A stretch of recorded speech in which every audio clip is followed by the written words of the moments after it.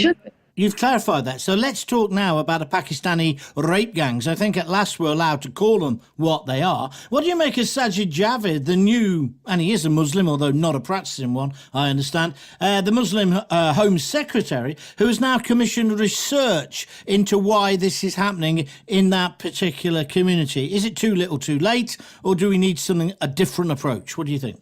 It's a deflection, if anything. Why he's researching the ethnicity? What the ethnicity is not the issue.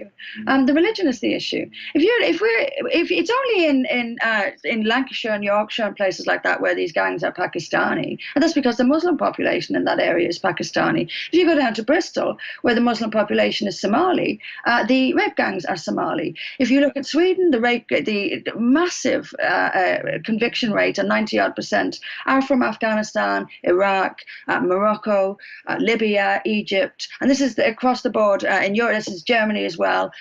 They do not share an ethnicity. These men, they share a religion, and it's a religion which teaches utter contempt for women, particularly non-Muslim women, and they grow up immersed in this contempt for women. And then they see British girls wearing British girls' clothes, and they think Trump asking for it, and they think they have every right to rape her. It's coming from the religion. Muslims with hundreds of thousands gathering for the midday prayer.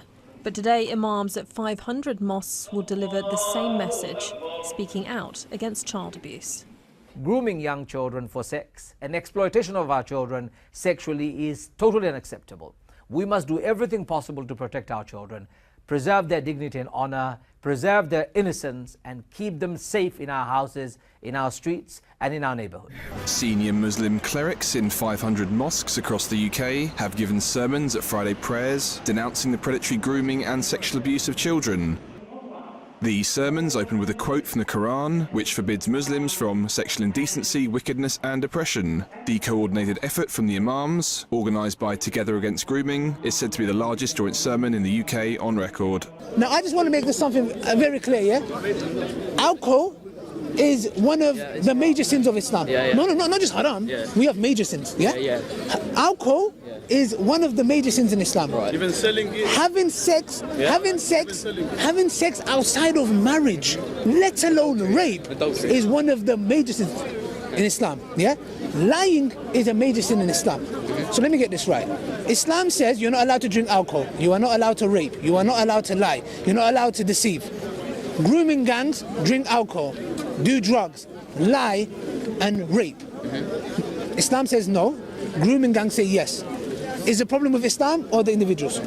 This is a reprehensible and evil, despicable behaviour that's got nothing to do with Islam. Number two, we said that Islam teaches us to be proactive in terms of addressing these two particular issues. Three, we have got models and initiatives taking place which are addressing some of the issues which are related to grooming and sexual abuse, such as drug supply, such as working with the gangster lifestyle of some of our youth, such as dealing with the criminal culture which is developing in our community. We need to stop these particular issues.